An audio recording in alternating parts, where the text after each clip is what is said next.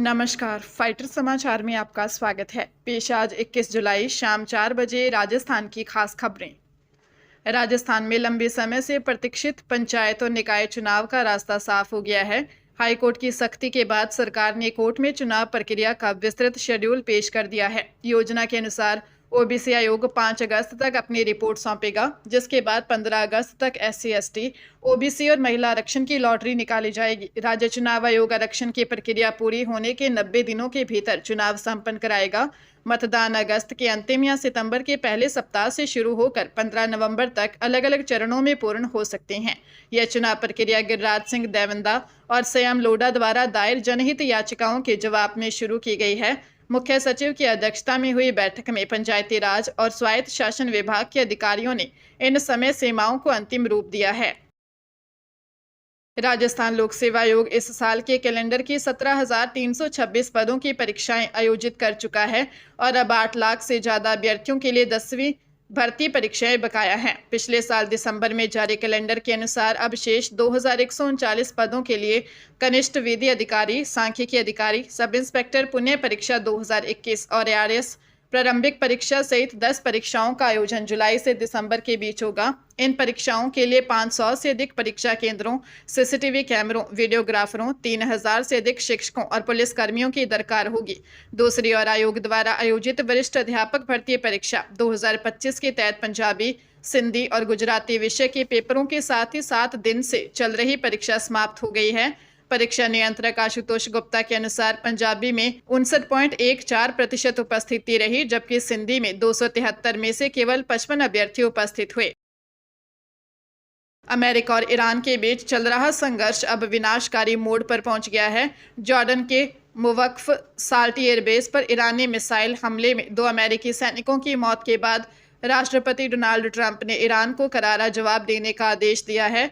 पिछले 8 दिनों से अमेरिकी सेना ईरान के प्रमुख सैन्य ठिकानों, मिसाइल स्टोरेज, चाबहार पोर्ट और बंदर अब्बास स्थित नौसैनिक मुख्यालयों पर लगातार भीषण हमले कर रही है। वह ईरान ने अपनी मिसाइल रणनीति बदलते हुए अब खाड़ी के 6 अरब देशों में स्थित अमेरिकी ठिकानों को निशाना बनाना शुरू कर दिया है। ईरान की नई टर्मिनल मैन्यूवरिंग तकनीक में अमेरिकी पैट्रियट एयर डिफेंस सिस्टम को भी चुनौती दी है, जिससे पेंटागन की चिंता बढ़ गई है। क्षेत्र में तनाव और चरम पर है और दोनों देश एक दूसरे के कूटनीतिक समझौतों को खारिज कर अब सीधे बड़े सैन्य टकराव के दौर में प्रवेश कर चुके हैं। पाली शहर के नया गांव रोड स्थित रैम्बो स्कूल में महिला सुरक्षा सहयोगी समिति द्वारा आयोजित रिश्तों की रैप वॉक कार्यक्रम में प्रेम, विश्वास और सम्मान का अनूठा प्रदर्शन देखने को मिला।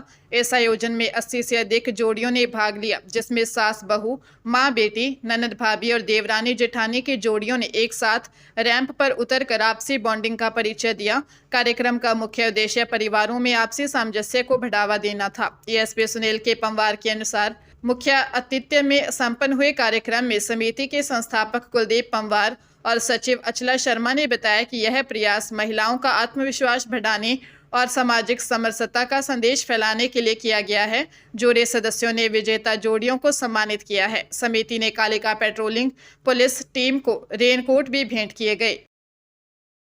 शाला दर्पण स्टाफ कॉर्नर पोर्टल के विद्यालय समय में 7 घंटे तक बंद रहने के कारण शिक्षकों को प्रपत्र 10 अपडेट करने और अपार भरने में भारी परेशानियों का सामना करना पड़ रहा है। शिक्षक संघों ने माध्यमिक शिक्षा निदेशक से पोर्टल को 24 घंटे चालू रखने की मांग की है। संगठन का कहना है कि सुबह 7 से दोपहर 2 बजे तक पोर्टल लॉक होने से शिक्षक अपने महत्वपूर्ण सेवा रिकॉर्ड और व्यक्तिगत विवरण समय पर ऑनलाइन नहीं कर पा रहे हैं, जबकि स्कूल समय के बाद सर्वर धीमा होने से घंटों समय बर्बाद हो रहा है। कार्मिकों को सत्र 2026-27 के निर्देशानुसार अपनी प्रोफाइल, पदोन्नति, बैंक डिटेल और अन्य जरूरी जानकारियां अपडेट करनी अनिवार्य हैं। शिक्षकों ने पोर्टल के सर्वर स्पीड बढ़ाने और समय की पाबंदी हटाकर इसे सुचारू रूप से चलाने की मांग की है, ताकि अनावश्यक विलंब से राहत मिल सके।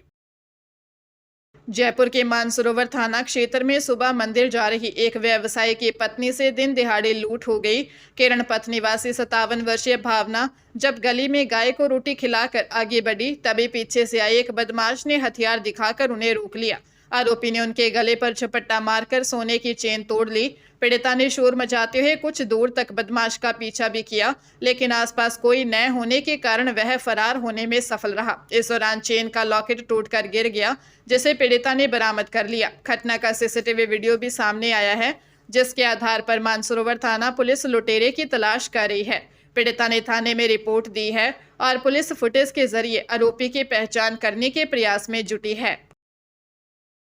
हिसार के निरंकारी रोड स्थित स्टूडियो सिनेमैजिक में फोटोशूट के लिए गई एक 22 वर्षीय युवती ने चेंजिंग रूम में हिडन कैमरा बरामद कर संचालक प्रदीप पिलानिया की घिनौनी करतूत का पर्दाफाश किया है। मास कम्युनिकेशन की छात्रा ने बताया कि इंस्टाग्राम पर फोटोशूट का ऑफर मिलने के बाद वह स्टूडियो पहुंची थी, जहां तीसरी बार कपड़े बदलते समय दीवार में संदिग्ध छेद देख उसने फ्लैशलाइट से जांच की। युवती और उसके दोस्त ने हिम्मत दिखाते हुए दीवार तोड़कर तारों से जुड़े 2 हिडन कैमरे निकाले। सबूत लेकर भागते समय आरोपियों ने उन पर हमला भी किया, लेकिन वे पुलिस तक पहुंचने में सफल रहे।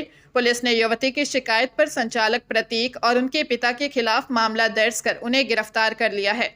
पीड़िता ने रिकॉर्ड की गई अपनी निजी तस्वीरों व वीडियो को तुरंत डिलीट कराने की मांग की है।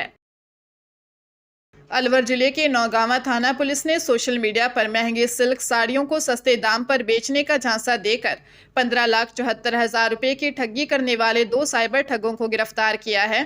थानाधिकारी हरदयाल सिंह यादव ने बताया कि मोहम्मदपुर निवासी आरिफ और बरामदा निवासी इंसाफ नाम के ये आरोपी फर्जी विज्ञापनों के जरिए लोगों से ऑनलाइन भुगतान कराकर ठगी करते थे।